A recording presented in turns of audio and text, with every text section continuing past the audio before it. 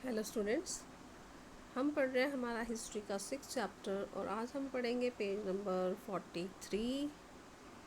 और आज का हमारा जो टॉपिक है वो है सम टुक टू सेटल्ड कल्टीवेशन। और कुछ क्या करते थे, सेटल्ड कल्टीवेशन करते थे। जैसे कि हमने पिछले टॉपिक में हमारे में पढ़ा है कि कुछ क्या करते थे, हर्डेड एनिमल्स को हर्ड करते थे। यहाँ पढ़ चुके हैं हम लोग लास्ट पेज पे हमारे।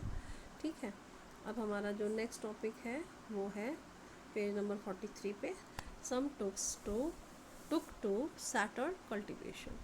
Even before the 19th century से पहले many from within the tribal groups, बहुत सारे जो ट्राइबल ग्रुप्स के में से हैड बिगन सेटल डाउन, उन लोगों ने क्या करना शुरू कर दिया था, जो ट्राइबल ग्रुप से उन्होंने सेटल होना शुरू कर दिया था। ट्राइबल लोग क्या करते थे, घूमते थे।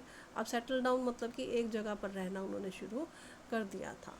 And cultivating there fields in one place year after, और एक ही जगह पर जो उनके खेत होते थे उनको कल्टीवेट करते थे हर साल, मतलब एक साल के बाद दोबारा फिर वहीं पर ही कल्टीवेट करते थे। Instead of moving from place to place, बजाय कि एक जगह से दूसरी जगह घूमने के, they began to use the plough, उन्होंने हल चलाना शुरू कर दिया। And gradually got right over the land, और उनको जो लैंड थी उस पर अधिकार भी मिल गया। दे लिव्ड ऑन, जिस पर कि वो रहते थे, जहाँ जिस लैंड पर वो रहते थे उनको वहाँ पर रहने का अधिकार मिल गया। इन मैनी केसेस, बहुत सारे केसेस में, लाइक द मुंडाज ऑफ छोटा नागपुर, जैसे कि मुंडाज जो जाति के लोग थे छोटा नागपुर के अंदर, the land belong to the clan as a whole, मतलब जो उनका पूरा ग्रुप होता था ना, पूरे ग्रुप की ही लैंड होती थी, किसी एक व्यक्ति की नहीं होती थी। All member of the clan were regarded as descendants of the original settler, जो ओरिजिनल सेटलर होता ना, जो मेन व्यक्ति होता था उनका, उसी के वो आगे डिसेंडेंट होते थे, जितने भी मेंबर होते थे उनके ग्रुप के। Who had first clear the land, जिसने कि पहले लैंड को साफ़ किया था। मतलब यहाँ पे क्या कहने की कोशिश कर रहे हैं, यहाँ पर थोड़ा समझने की कोशिश करना भाई। जैसे अब ये लोग ग्रुप थे, ट्राइबल ग्रुप थे। अब एक व्यक्ति ने आया वहाँ पे, उनका जो मेन हेड था उसने क्या किया, वहाँ पे आकर लैंड को साफ़ सूफ किया और वहाँ पर आकर रहने लग गया। तो उसके ग्रुप के जितने भी मेंबर थे वो उसके डिसेंडेंट हो जाते थे। मतलब मेन व्यक्ति वो रहता था और उसके शिष्य वो लोग बन जाते थे, और ज़मीन किसकी होती थी, सभी की, जितने भी ग्रुप के सदस्य होते थे। Therefore all of them had right on land, इसलिए सभी का राइट होता था किस पर, लैंड पर। Very often some people within the clan acquire more power, और ज़्यादातर क्या होता था, कुछ लोग जो होते थे ग्रुप के उनको ज़्यादा पावर मिल जाती थी देन अदर, दूसरों के मुकाबले। सम बिकेम चीफ, कुछ चीफ बन जाते थे। अदर फ्लोअर, और कुछ क्या होते थे, फ्लोअर्स होते थे। Powerful man often rented out there land instead of cultivating it themself, अब जो पावरफुल व्यक्ति होता था क्या करता था, अपनी ज़मीन को किराए पर दे देता था बजाय कि उस पर खुद से कल्टीवेशन करे। ठीक है। British official saw settled tribal groups like the Gonds and Santhals as more civilise than the hunter gatherer और शिफ्टिंग कल्टिवेटर्स। अब जो ब्रिटिश ऑफिशियल्स थे उन्होंने ये जो सेटल ट्राइबल ग्रुप्स थे, गोंड्स के या संथाल के, उनको ज़्यादा सिविलाइज देखा भी, तो बहुत अच्छे तरीके से रह रहे हैं और काम कर रहे हैं, बजाय कि हंटर और गैदरर्स के या शिफ्टिंग कल्टिवेटर्स के। Those who lived in the forest, जो फॉरेस्ट के अंदर रहते थे, were considered to be wild and savage, they need to be settled and civilise, उनको मतलब कहा जाता है भाई जंगली किस्म के ये लोग हैं, इनको ज़रूरत है, इनको सेटल किया जाए, इनको सभ्य बनाया जाए। तो ऐसा ब्रिटिश ऑफिशियल मानते थे।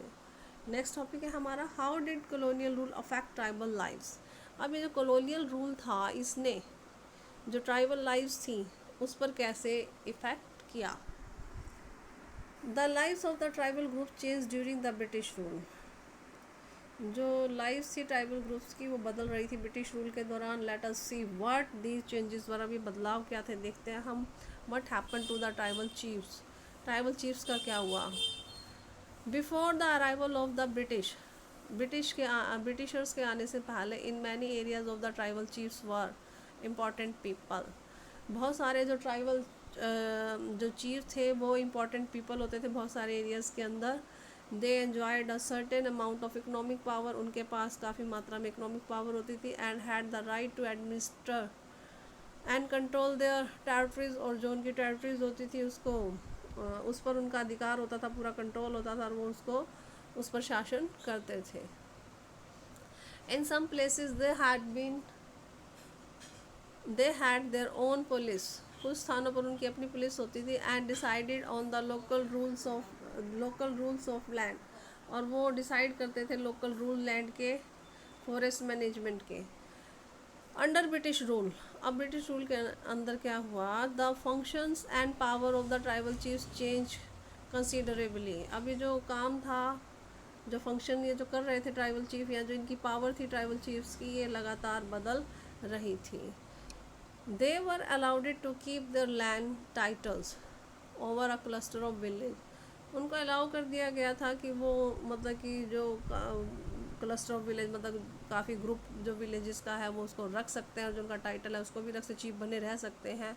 But they lost much of their administrative power. लेकिन उनकी जो बहुत सारी जो पावर थी ना एडमिनिस्ट्रेशन, जो पहले अपनी मनमर्जी से करते थे, वो पावर उन्होंने उन चीफ्स ने खो दी थी. And were force to follow laws made by the British official of British official in India. और उनको मजबूर किया जाता था कि वो उन कानूनों को माने जो कि ब्रिटिश ऑफिशियल्स ने बनाए हैं इंडिया के अंदर. दे ऑल्सो हैड टू पे ट्रिब्यूट टू द ब्रिटिश. अब उन्हें भी जो है गिफ्ट वगैरह देने पड़ते थे ब्रिटिशर्स को. And discipline the tribal group on behalf of the British, और ब्रिटिश के बिहाफ पे उनको अपना ट्राइबल ग्रुप जो था उसको मेंटेन करके रखना पड़ता था. दे लॉस द अथॉरिटी, उन्होंने अपनी अथॉरिटी खो दी थी. They had earlier enjoyed amongst their people, जिसको कि पहले जो अथॉरिटी उनके पास पहले से थी ना, जो अपने लोगों पर उनका अधिकार होता था, वो सब उन्होंने खो दिया था. And were unable to fulfil their traditional function, और वो जो उनके ट्रेडिशनल फंक्शंस होते थे उनको करने के लिए वो अनेबल थे, मतलब नहीं कर पाते थे, जैसा भी उनका ट्रेडिशन था उसको पूरा नहीं कर पाते थे. अब नेक्स्ट है यहाँ पर what happen to the shifting cultivators. अभी तो हम पढ़े ट्राइबल चीफ्स के साथ क्या हुआ था, अब हम पढ़ेंगे शिफ्टिंग कल्टीवेटर्स जो थे ना उनके साथ क्या हुआ था. The British were uncomfortable with the group who moved about and did not have a fix home. अब ब्रिटिश बहुत ही ज़्यादा अनकम्फर्टेबल थे, मतलब परेशान थे. ये जो ग्रुप हैं जो इधर उधर घूमते रहते हैं, जिनका कोई घर ही नहीं है, उनके बारे में कोई हिसाब किताब तो लगा नहीं पाते थे. आज यहाँ है तो कल वहाँ है, तो उनको पता ही नहीं होता था कौन से ग्रुप हैं ये. They wanted tribal group to settle down. वो चाहते थे कि जो ट्राइबल ग्रुप्स हैं क्या करें, सेटल्ड हो जाए एंड बिकम पीजेंट कल्टीवेटर. और एक मतलब जो पीजेंट कल्टीवेटर है ये लोग वो बन जाए, ऐसा ब्रिटिशर्स चाहते थे. Settled peasants were easier to control and administer than people who were always on the move. अब जैसे मतलब क्या कह रहे हैं कि भाई एक जगह सेटल पीजेंट्स हैं, उनको बहुत ही आसान है उन पर कंट्रोल रखा जाना, उन पर प्रशासन अपना चलाना, ठीक है, बजाय कि इनके कि जो लोग मूव करते रहे, आज यहाँ है तो कल वहाँ है, तो उन पर तो नहीं किसी भी तरह का कंट्रोल रहेगा ना. तो ये चाहते थे कि ये लोग एक जगह सेटल हो जाएं. द ब्रिटिश ऑल्सो वांटेड और regular revenue source for the state. अब ब्रिटिश चाहते थे एक रेगुलर रेवेन्यू सोर्स बने स्टेट के लिए. सो दे इंट्रोड्यूस लैंड सेटलमेंट. इसलिए उन्होंने क्या शुरुआत की, लैंड सेटलमेंट की शुरुआत की. दैट इज़ वो क्या था, दे मेजर द लैंड को वो नापते थे. Define the rights of each individual to that land. और वे किसका अधिकार है उस लैंड पर वो बताते थे. And fix the revenue demand for the state. और कितनी रेवेन्यू की डिमांड चाहिए स्टेट को वो फिक्स करते थे. भाई पहले लैंड को नाप लिया और अब ये है किसकी, और फिर उसके बाद उससे कितना उनको टैक्स लेना है, ये सब चीज़ों को वो करते थे. Some peasants were declared land owner. कुछ पीजेंट्स को मतलब ज़मीन का मालिक बना दिया. अदर टेनेंट्स, और दूसरों को वो लोग किराए पर देते थे ज़मीनें.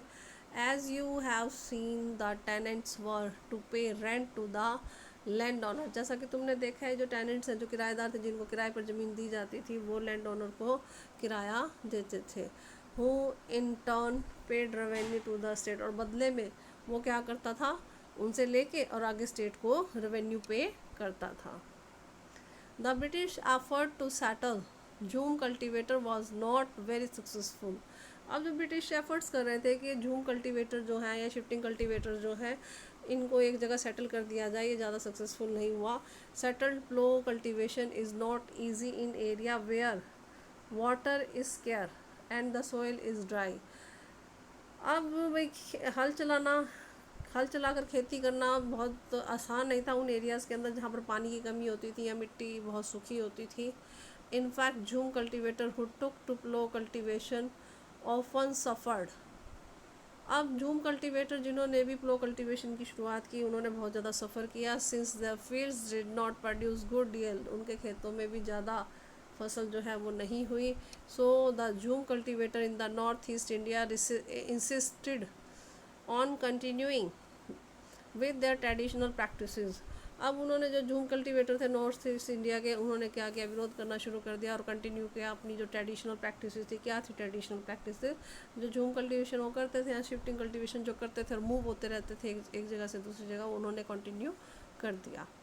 फेसिंग वाइड स्प्रेड प्रोटेस्ट, अब क्या होते बहुत ज़्यादा प्रोटेस्ट हो रहे थे इन चीज़ों को फेस करते हुए। The British had to ultimately allow them the right to carry on shifting cultivation in some part of the forest. तो ब्रिटिश ने क्या किया, उनको राइट दे दिया कि वो शिफ्टिंग कल्टीवेशन कुछ हिस्सों में फॉरेस्ट के वो कर सकते हैं। हमारा नेक्स्ट टॉपिक है forest law and there impact. ये टॉपिक हम करेंगे हमारे नेक्स्ट वीडियो में। आज इतना ही, और यहाँ तक किसी को समझ ना आए तो मुझसे पूछ लेना पर्सनली। Thank you.